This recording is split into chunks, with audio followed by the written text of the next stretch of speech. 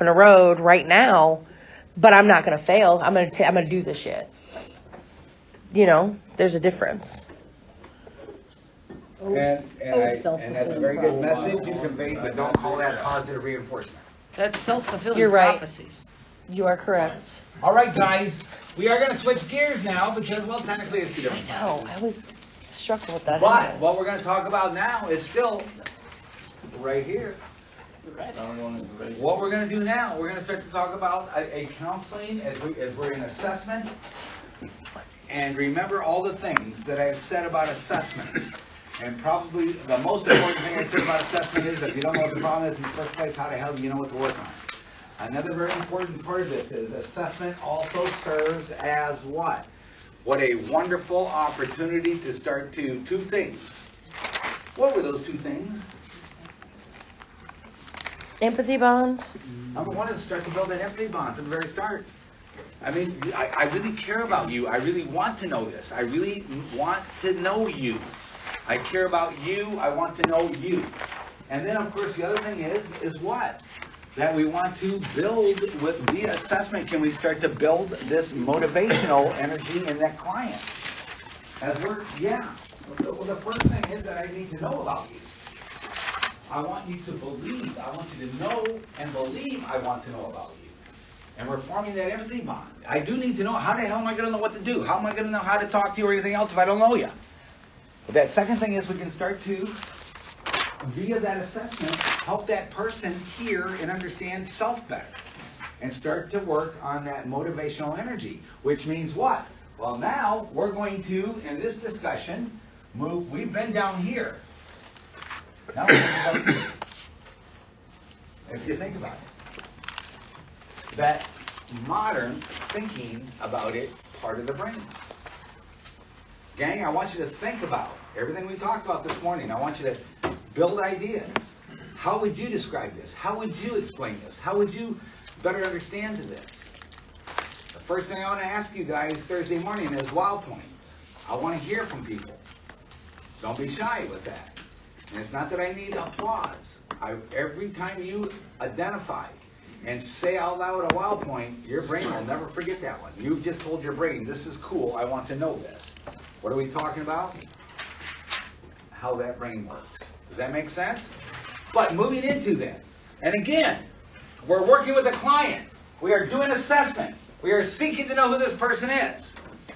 One of the most probably exciting and used, and if you're not careful, misused approaches right now is motivational interviewing. Motivational interviewing. Now you guys have this in your handout. We're going to use this as a frame of reference. But let's start to look at it. And a few things to remember, you guys. First of all, motivational interviewing is atheoretical. What do I mean by that? This isn't a specific approach in and of itself. This is not a counseling approach necessarily in and of itself. It is a means to get to the point of counseling is going to be effective for this client. Does that make sense? Don't forget, you guys, our clients are coming in. Hey, if I walk over to the hedonic calculus, what part? What part of our client is most active? This part right here. What is it? Somebody tell me, what is this right here? Cognitive dissonance. The cognitive dissonance. How I have figured out how to live with this and not be mad at myself for it. How do I figure out? How do I excuse this? This is the stuff we love to hate about our clients. This is the, again, defense mechanisms, minimization, denial, all that stuff. I don't need this. I don't want this. This is where all of those kinds of things are working that are helping to keep this fueled. You see what I'm saying with this? That client, yes. Just because they walk through a door doesn't mean they're ready to change. It doesn't mean that they're ready to listen. It doesn't mean that all it means is they walked in a door.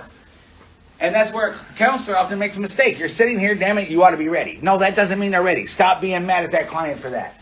Your job is to help that client get ready to get to a point where they'll even consider, let alone start to move. Once again, where are our clients very often when they start? Right here. Pre-contemplation. Pre-contemplation. They don't even want to, even if they know there's a problem. What's the problem? My wife hates me. That's what the problem is. What's the problem? If I don't get my ass out of this, I'm going to go to jail. That's what the problem is. What's the problem? I'm about to get fired. What's the problem? I can't pay my bills. What's the problem? I'm sick all the time. And then the counselor, no, your problem is you're using drugs. That's what your problem is. And you better realize that. And if you don't realize that, you're never going to get better, you dumbass. And you're here for the wrong reasons. And that whole thing we've talked about. You guys, motivational interviewing is a way to help that client get to a place where this becomes less energized. They're more ready to listen. They're more ready to explore self and options. They become more ready to take the risks that will be involved. Don't forget, what were the two big fears? Risk to early recovery. What were those two big fears? They scared to death. That person, Withdrawal. again, there are people waking up right now, they don't know how to get out of bed without their drugs. They don't know how to begin the day without their drugs. They're terrified of letting those drugs go. And then what was that other fear? Floaty Hey, thing? you notice how I tie everything together, everything we talked? You notice how I'm always sneaking shit in from the past? What was that second major fear? Fear of letting go of their, what is it? Fear of letting go of their what? Addiction survival. Cognitive, Their oh yeah. addiction, survival, I'm persona. like cognitive. How they have learned how to survive in their addiction. And they're terrified of that.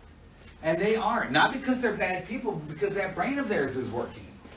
Their brain. What is this brain doing for them? They're trying to figure out right here, how do I get myself out of this?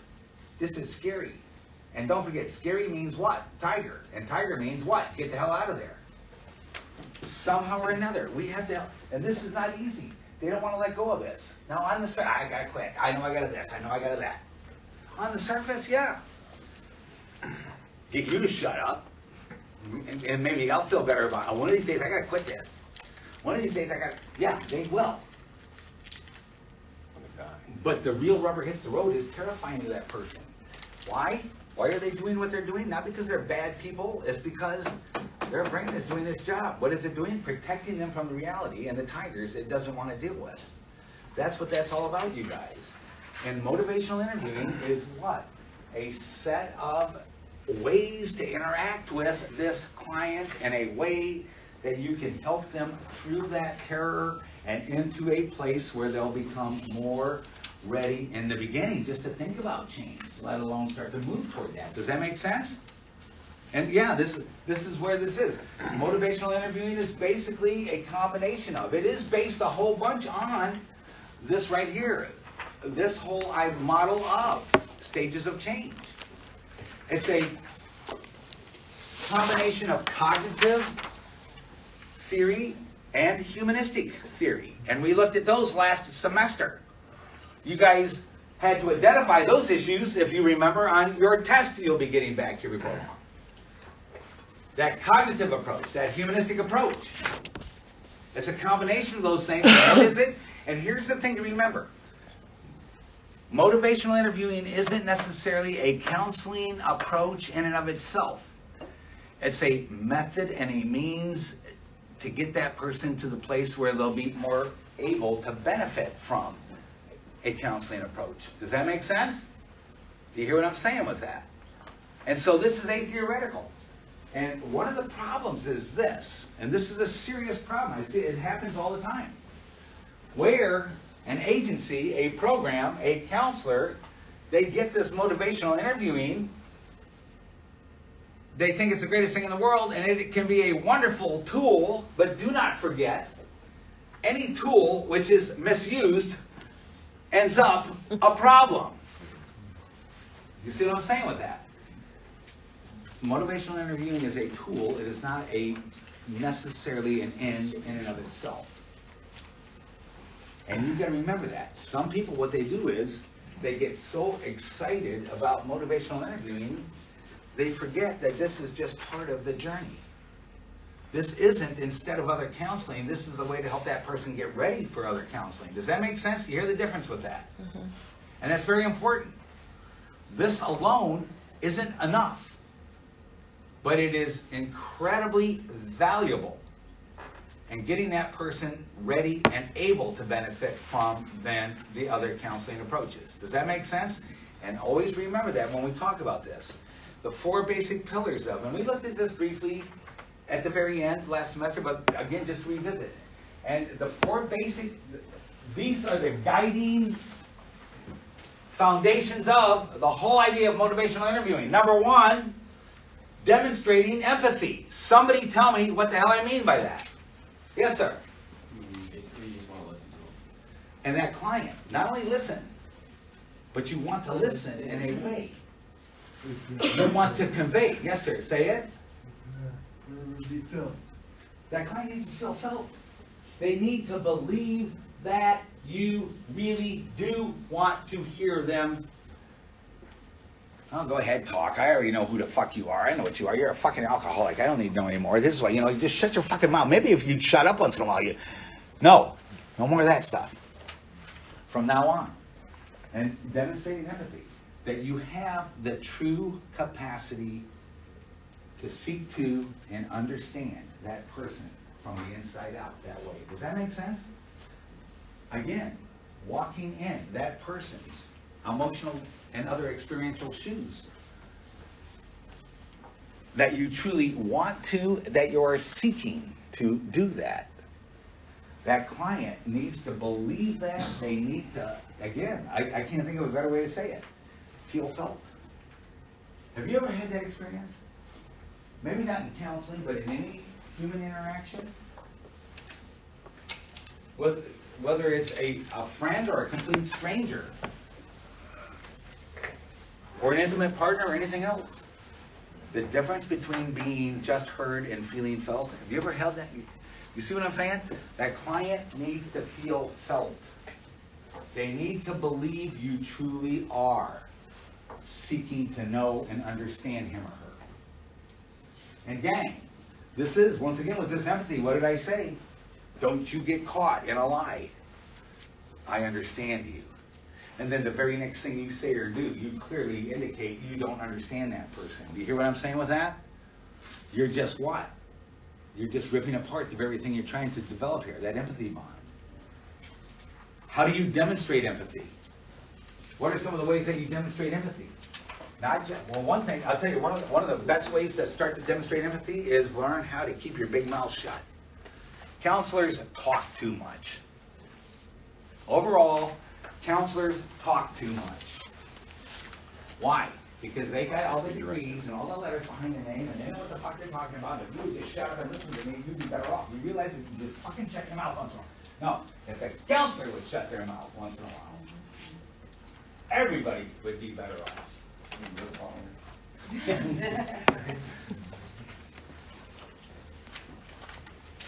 Using, and again, that the humanistic techniques of active listening. Do you remember that? What is active listening?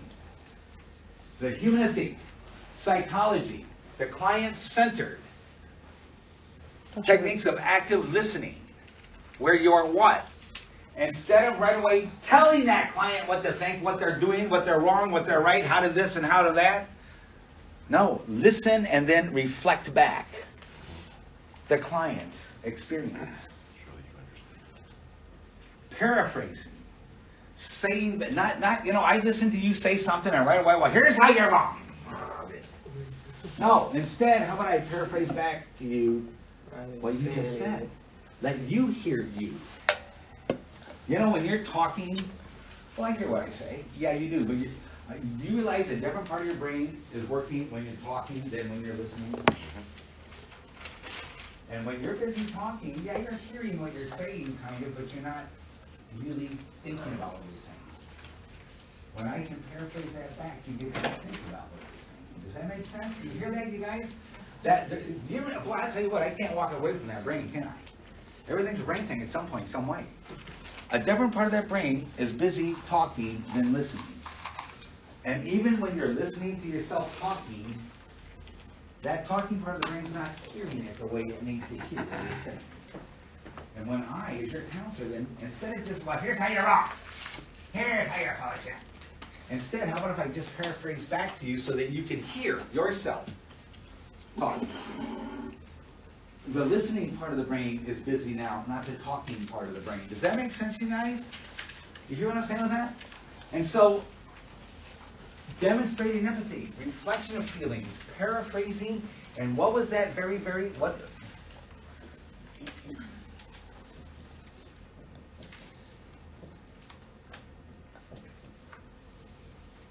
Using the client's experiential language.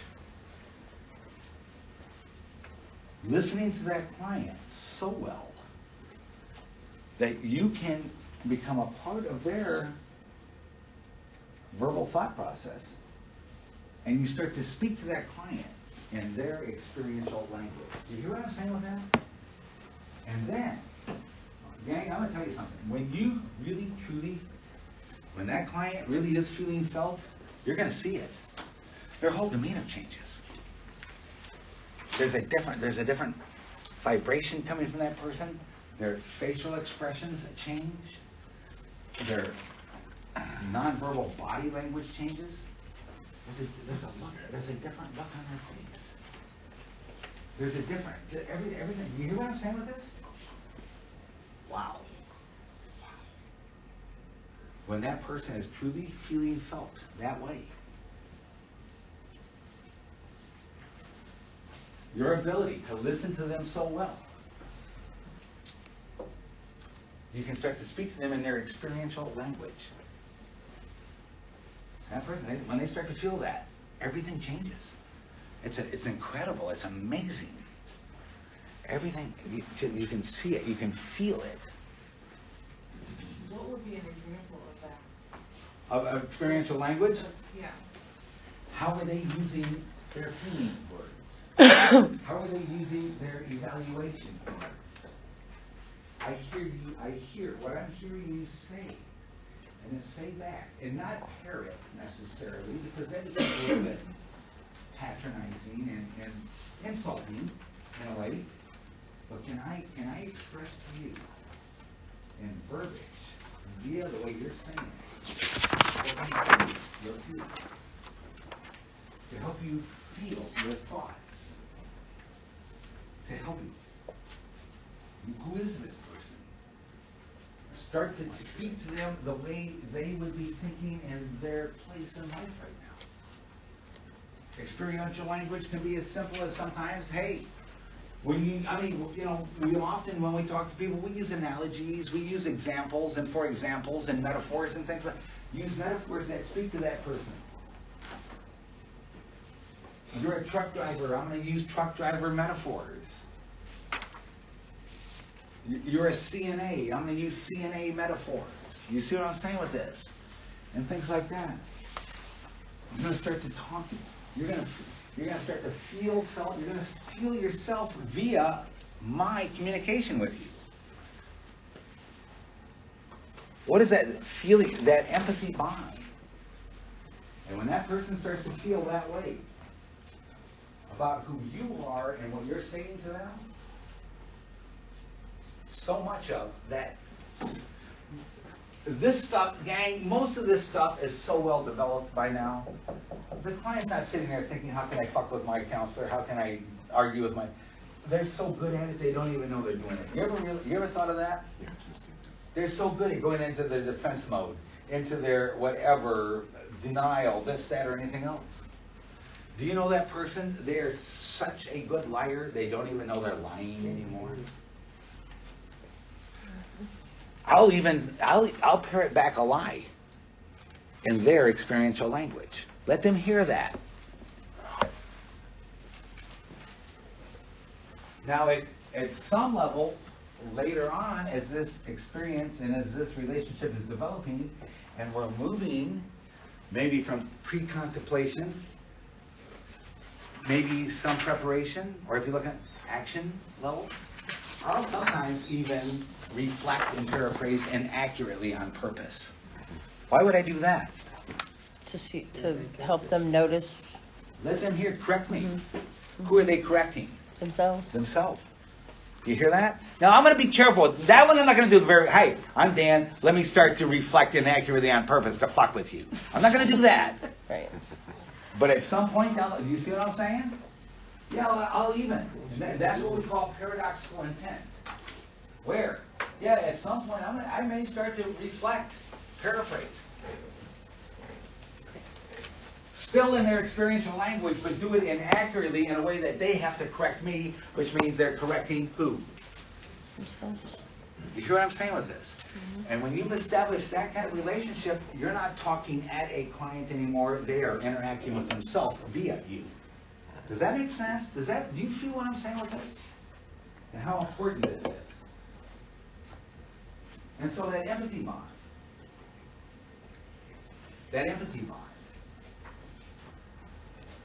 And gang, and I've said this before, I don't care how good you are at any other technique or strategy or anything else. You may be the best cognitive therapist in the universe. If you don't develop this empathy bond with that client to start with, nothing's going to be as good as if you had. Does that make sense? You know, I talk about this same thing with parents, partners, supervisors. It's not just counselors and drug clients that have a relationship problem here. Right. Again, parents, partners, supervisees, and supervisors, any. When we start to talk about group therapy, we're going to revisit this in what we call the M levels. And so those kinds of things. We'll talk more. This is so important, you guys. And then the second pillar is developing discrepancy.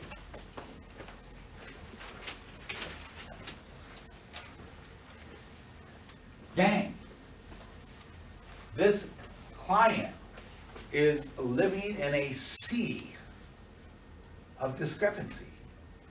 That's what this is all about, how to resolve that discrepancy in a way that I don't have to feel bad about it. Even the extremes. You know, one of the things, denial, minimization, blaming, those things drive counselors nuts. Idiot counselors, good counselors should, again, rolling with resistance, but it does. But you know which one bugs people in general? Parents, partners, supervisors, counselor, even more than the rest of them, is the I don't care one. I don't care. If you don't start studying, here's what's going to happen to you, Junior. I don't care. If you don't stop drinking, here's what I don't care. That one drives us nuts. How the fuck am I supposed to help somebody who doesn't care? The only thing is, what you got to realize, again, do they really not care? No. That person cares. That brain's working, even just a little bit. That person is caring. This whole thing is built around the fact that they care about something so much they can't stand it. See what I'm saying? Why then do they keep saying, I don't care? The best way not to feel a loss is to convince yourself you don't care about it in the first damn place. You see what I'm saying with that? That's where that I don't care thing comes from. The best way to deal with loss is to convince yourself you don't care about it in the first damn place. Fuck it, I don't care. You see what I'm saying with that, you guys? What we're going to do is, when we say here, and we're going to see this throughout the rest, as we continue, developing discrepancy. What does that mean? This world for this client is full of discrepancy, but they aren't living it.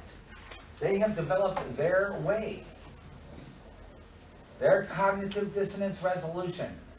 Their addiction survival. Their way of not feeling those discrepancies. I want a nice, happy life. Well, how the fuck do you think you're going to get a nice, happy life when you're out doing what you're doing every night? To them, they have figured out how to deal with that. You see what I'm saying? But Dan, they're not dealing with it. It's costing them more than it's worth. Back to the first thing this morning. Their brain doesn't care. When I'm confronted with that discrepancy, how do I fix it right fucking now? Whatever it costs, how do I feel better right now? Do you get it what I'm saying with this, you guys? Do you see what I'm saying? Not because that's how the brain works that we're talking about the first half this morning. That discrepancy becomes a little tiger to that person. Yeah. By how I deal with it right now is going to cost me tomorrow, but I don't give a shit about right now is all that matters to me. And if this is going to help me feel better right now, then what everything else?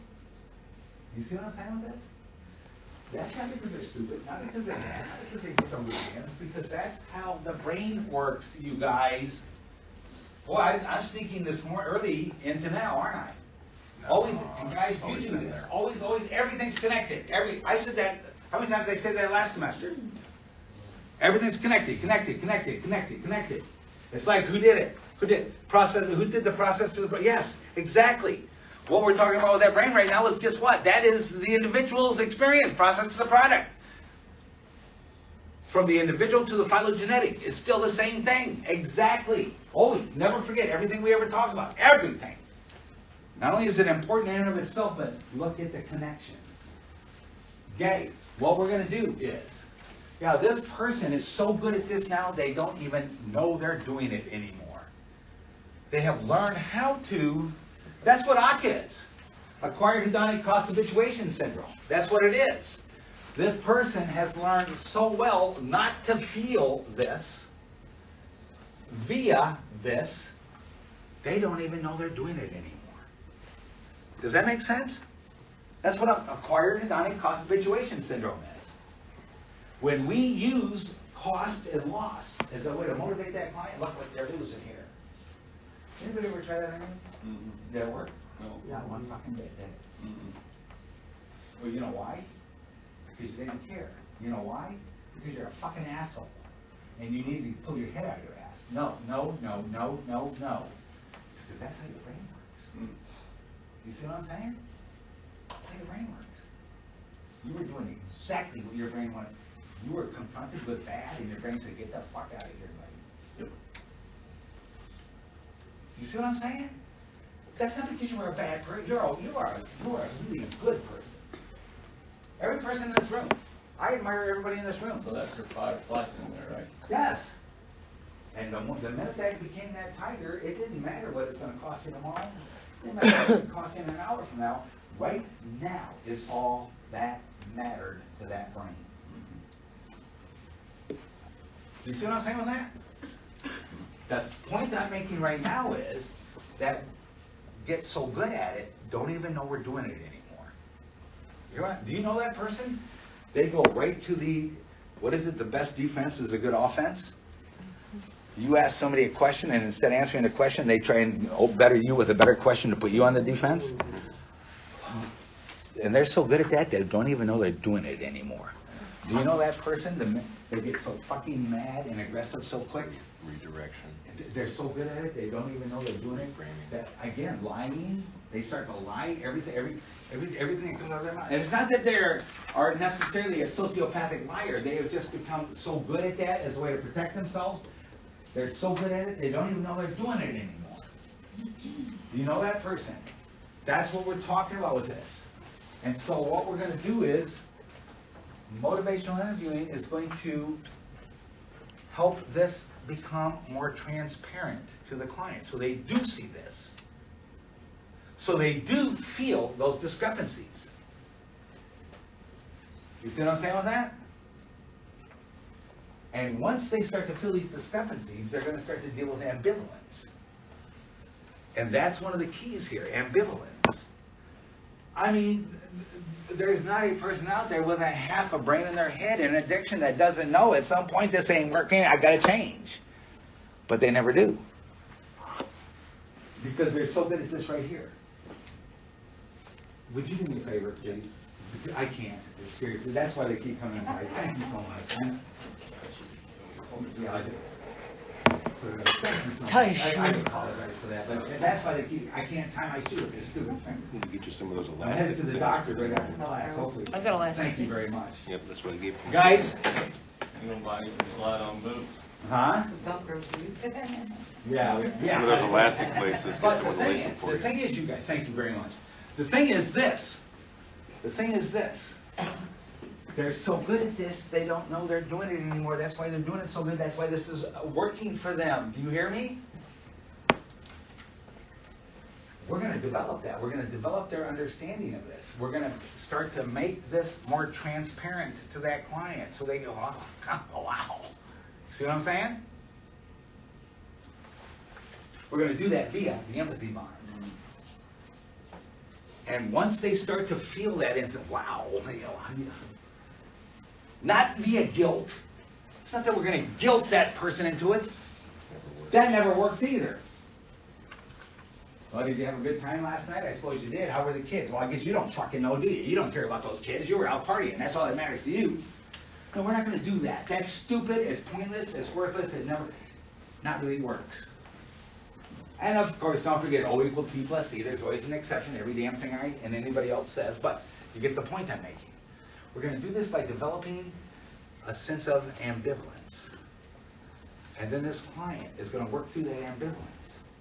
We're going to develop discrepancies. We're going to help them see how what feels like is working really isn't working. Does that make sense? That's the second pillar. Third pillar is one of the best ways to do that. If I'm going to work with this right here, the first thing I've got to do is stop fighting it. Rolling with resistance. Resistance to motivational interviewing. This idea is not an indication of client pathology, but an indication of something needs to change. We got to stop this getting mad at the client for resistance. Now, gang, and what did I say? At some point, you know what? Here's where all that resistance is. What are we going to do? We're going to help this become transparent so they can see it. How am I going to help this become transparent so they can experience it, see it? If I fight it and tell a client, you ever do that again, I'm going to throw your ass in jail. You see what I'm saying? You're not. No. Gang, this is the fuel. This is the fuel of the whole hedonic calculus right here. If you want to work with this whole system, you can't shut it all down right away.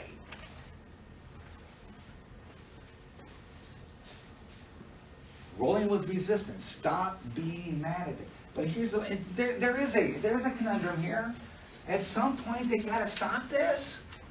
At some point, yeah, they got to change that. Remember, what are we going to say? We're going to roll from addiction survivor persona to what? Recovery. Probably this stuff's not going to work in recovery survival persona. Some point, yeah. But how is that going to change? As the client discovers it's not working anymore and chooses themselves to change this. When this ain't working no more, as we help them feel and experience those, again, discrepancies, instead of guilting, shaming, cajoling, threatening that person into making those changes, as we roll with this and let this client experience this in a more transparent way now, and all of a sudden that's not working anymore. And when this isn't working anymore, that client's going to stop doing it. That's just the way the brain works. Do you hear what I'm saying with that? Do you see where we make the mistakes? When you try, once again, guilt, shame, cajole, threaten, force a person to stop that, to make those changes. And our clients are not stupid. They'll learn real fast. What to say, what not to say to what counselor. How to say what to say to what counselor. Things like that. They learn that stuff real fast. They learn real fast. Our clients are not stupid. Don't forget. They're surviving in a world that many people wouldn't last a day in. They know how to play the game, to sing the song, to say the right words. I got a happy counselor. My counselor likes me. I'm the best client my counselor has. Because I know exactly how to say what to say, when I need to say it to my counselor. You see what I'm saying? What have I just learned? What did my counselor just teach me? Didn't teach me recovery, taught me another cute way to survive in my addiction. How to manipulate the counselor. I don't have to go with recovery. All I gotta do is keep my counselor so fucking snow jobbed out they don't know what in there on. And my counselor teaching me how to do that better every day. Do you see what I'm saying with this stuff, you guys? Don't do that. Don't do that no more. No, we're gonna let this. And again, by rolling with that resistance, that doesn't mean, don't forget you guys, it's the same thing with up here. Don't forget, understanding does not necessarily mean approve of, agree with, or endorse. It means I understand it at least. It's the same thing around here. No, instead of just charging and fighting that client with all that shit, it doesn't mean it's okay. It doesn't know at some point, yeah, this is probably not going to work well in recovery. As a matter of fact, this unaddressed is one major reason for what? Relapse? Relapse. And so, yes, at some point this needs to be addressed, but it's how you do it, when you do it. And at first, let that energy work so that client can see and feel, experience that discrepancy. Until they start to feel those discrepancies. How come they're not feeling those discrepancies? Because this is working so good. Does this make sense, you guys? Do you hear what I am saying here? All right, Kelsey, you made your point. Move on. Why do I keep saying the same damn thing? Because you want us to remember I it. want to make sure you understand this, you get this, and you never forget this. This right here is why we think we're big shots at 18% success. Because we're not doing it this way right. You hear what I'm saying with this? This is the point of it, you guys. Let that client feel this. Experience it. Now, does that mean that the client, you encourage it? Does that mean you pay it off? No, of course not. But stop fighting it. Use it. When that client starts their resistance game in the beginning with me, you want to talk about experiential language, reflecting? Do it all over. Let them hear themselves. Don't forget, what did I say earlier? It better be a wow point for a lot of people on Thursday. How did it go? The talking brain is different from the listening brain. That's why when that client's, well, they hear what they're saying. No, not really, they don't. All they're paying attention to is what are these words doing to get my ass out of this jam right now. That's all they're caring about. Are you reflecting that back, paraphrasing that back? Now they're hearing it. The hearing brain is different from the talking brain. Now they're using the hearing brain. And they're saying, what the fuck? I said that? That's how I'm thinking? That's me?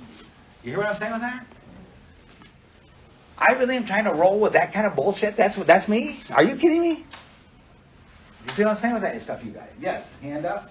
What if there was someone that was in drug court, had actually was a full-blown heroin addict, he completed the program, he was doing real good. Actually, he was doing real good. Maybe he fooled me being an addict just like him. Maybe he really fooled me because I got clean, he got clean. But now, I feel more compassion for him because he's back on the streets and he's back at it. He knows better. He knows all the counseling. So I'm thinking what you just said, he fooled the counselor into believing that he got all that. They're going to do their best to try that. But I don't know if he was actually BSing or was he real because he actually cleaned himself up. But then he went back to it. I'm not quite sure what your question is. But like it called it back. Like, you know, it was a movie in New Jack City saying they just be calling me. It just be calling me to crack. Okay, For cool. him, it just seemed like it just called him back. And that happens. And that's why we don't get mad at clients for relapse. We But I don't know if encourage he- it, and I if think he one of the BSing stupid... or if he was for real, because Well, you know what? Everything we do is a The little hearing BS. brain is not the same thing as the listening. And a lot of it just, how much BS we using to what end? For word. For what I don't know reason? if it's word for But the word, thing is this, you guys, close. with all this, maybe he did pull one off and he got away with it because he had an idiot counselor. Guess what? I'm not gonna be mad at that client then. Guess who I'm gonna be mad at? The idiot counselor. The idiot counselor. But he could have genuinely meant it and been triggered And by then that's other where the things. pullback thing comes, and that happens. You guys. That's Exactly. why we don't get mad at clients for some of those things. What does relapse mean? Understanding decision crisis. Well, that used decision crisis, but the way I talk about it, thank you for remembering that. But the thing is, what does relapse mean? Something got missed here. Mm-hmm. Who's getting paid? The client? Whose job is it to find that? Yours, the counselor. Don't get mad at the client. Sit back and say, what did we miss here? That kind of, Tough. kind of hits me a little bit there, Counts, because I'm a human and I'll make mistakes too. I'm not saying you're perfect, but I'm saying you own the responsibility and do the best you can. Yeah, You do the best you can. yeah. Instead, what we do is get mad at the client. And don't forget, once we get Right. mad at the client, in comes the tiger, off goes the thinking. Right. I would, to me personally, I wouldn't accept if I became a counselor, I couldn't personally accept him as a client because of our friendship growing up. And Well, we both- that's the case, of You know, course. that definitely, Well, that's a whole nother- I feel compassion for him because I know what it feels like to suffer under the. Well, that's a whole nother discussion. Right. Counter-transference and all that Right. stuff. But could you still be his friend outside of that? I'm still friends with him. Well, if you're but I friends, you don't- were never I his don't counselor give in the him- first place, or it shouldn't have been. I'm That's what I not mean. giving him anything to continue with his suicide. No, Because what- that's what he's doing. He's committing suicide because he knows better. Don't say that. He's- Don't ever say that. It is what it is. No, it's not. No, it's not. Do not say that. You're doing the opposite of what We you are. started using at 10. You are. We started using drugs at 10. I don't care. You're not committing suicide. Stop saying that. That's not. Remember, what we're trying to do is de-insanitize our client. By saying our client's committing suicide, we are insanitizing our client. No, they're not trying to commit suicide. If they wanted to commit suicide, they'd let the tigers eat them in the first place. They're doing their best to protect themselves from those tigers. They're doing their best to live, not die. They just don't know how. That one I gotta call you on. They're not committing suicide, you guys. You don't need to spend 10 years in a drug house to commit suicide. They're not trying to commit suicide. Don't ever say that to your client. Never. That's another one of those, like, you're afraid of success. Don't ever say that to your client, you guys, please. Our job is to de-insanitize our client, not re-insanitize our client. And the thing is, they're not trying to commit suicide. What they're trying to do is they just don't realize it, but they're doing their best to try and survive, not die. They just have latched on to. That's everything I'm saying about this. That everything we've talked about from the very first day we said hello is about that. It's They're not trying to kill them, they're trying to survive. He has pleasure behind it. They just don't know how. It's a pleasure. I think when we all use, They we all have have learned pleasure. that this is how they are surviving. But the whole addiction survival persona is all that person knows. So I see what you're saying. Like, they're not trying to commit suicide. That's all they know. That's the only way he knows how to survive. He may have had a counselor like Kelps, and Kelps taught him this, and then all of a sudden he gets his picture. In No, the because if he was taught, and he wouldn't be out. completed the drug court. He was one of the best members. And, You're angry at And your we talked friend. about that. then 20 But if, yeah. He's angry at You his guys- and friend. we did talk about 2 that. weeks later, he's back to using But that it. means that he didn't get it That somewhere. means something got missed. Something got missed, and so That's it's all our it job means. to fix to make it And better. it's your job to figure that out. And when that client comes in and says, I relapsed, your job is to not be mad, not to tell them what an asshole they are. Your job is to say, let's sit down and let's figure out what we missed here. Take it to make it. Well, sometimes people do I take did it to drug make. court, I did the same thing. It was- And then don't forget when we talked about relapse and when I did talk about use decision crisis. Can a person are you going to see this client where they truly are absolutely, genuinely, really doing everything for the right reasons, and then that light that sometimes taps them on the shoulder and cold cocks them down. Yeah, you're going to see that example of a relapse once in a while. Sometimes the strongest armies still, they turn just 1 degree the wrong direction, and the next thing you know, they're down again. You see what I'm saying with that? And So- couldn't you see Flight to Cure in that too? Like I graduated, I won, I finished Right, I the did program, I this. did what I was supposed to do. I'm better now. Let me celebrate. Let me. Well, you see that I'm too. and That's fixed. another, but do you see what I'm saying with this? Now I can use drugs like a normal person. And yeah, your incident, that kind of, that everything really truly is going well, cold cock, life kicks you in the ass, kind of, that happens sometimes, and sometimes it overwhelms even the most successful recovery persona in the world, and it can overwhelm it. Yes, that happens. Yes, that happens, and it's going to happen. Hopefully, we help arm our clients in a way that they have more and more and more resistance to that, so it doesn't have to happen so often. And this is how we're doing it right here. And again, do you see what I mean by rolling with resistance? Very cute. Remember when we talked about P's and Blythe? One way or another, I sneak last semester in here with everything, don't I? Again, recall stages of change status. Matching current motivational status with the right thing at the right time in the right way. And gang, don't forget, in the beginning, you are simply another what to start with anyway? Another attacking tiger. I was gonna say asshole, but You're just in the beginning, you're just another attacking tiger. No wonder they're reacting to you the way they are. yeah. Roll with that resistance. Gang, resistance. You know what? If you really want to know somebody, and I mean, this is with everything. It's with love. It's with relationship. It's with everything. Everything's good and everything's easy when everything's going good. Yeah. You're really going to learn about somebody when things aren't going so good. You may learn a whole bunch of stuff with a client. Yes. But it's when they start saying no that you're really going to start to learn about them. If you block that resistance from the very start, do you realize how much you are shutting down in terms of ability to learn about that person? When they resist, how they resist, to what kinds of topics do they resist, to this, to that, how, why, where, this, that. Do you realize how much you can learn about a client by experiencing their resistance? Again, gang, that very, very fine line between, no, it's not okay. No, it's not okay. But don't just shut it down and turn it into a big battle. Let that, you help this become transparent. You help them feel this. And then, as you learn more and more about that client, as you roll with that,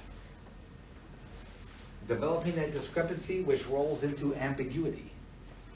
And that client begins to wonder. As they truly hear them, not say themselves, but hear themselves saying this stuff. Again, that's what, again, reflection, paraphrasing. As they hear that, as this becomes more and more transparent. In the beginning, they're so good at this, they don't even know they're doing it. As that becomes more transparent, as they actually are hearing themselves, all of a sudden, that ambiguity is going to render this stuff not so good after all. And when this is no longer worth it, it'll begin to change. It'll stop. Does that make sense? Mm-hmm. You guys see what I'm saying with these are just the pillars. Every one of these hold up walls of this stuff. That's why we got several pages here. And then, of course, the fourth pillar is developing. And we started talking about this one from the very beginning, didn't we? Develop, amplify self-efficacy. What is self-efficacy? Believe in self. I can. What did we say? You think about it, anything in the human experience. How hard are you going to be willing to try to do something you already know you can't do? Mm-hmm. That client, this is not their first rodeo. They went to those stupid meetings. They went to that stupid treatment. They read that book. They talked to this. They did this. They did that. They had a sponsor. They did it. They truly, I mean, at some point, it's like they really believe they can't. That, along with that sense of, what do we call it? Learned helplessness. Remember when we opened up the door and said, come on out, dog, and the dog still wouldn't come out? They no longer believed there was a way out anymore for them?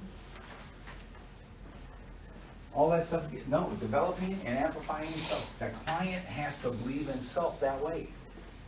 We have belabored self-efficacy all over the place last semester. You guys remember all those discussions we had last semester? The 4 pillars of motivational interviewing. Everybody cool? You notice how I snuck this right back to what we talked about in the morning with the brain?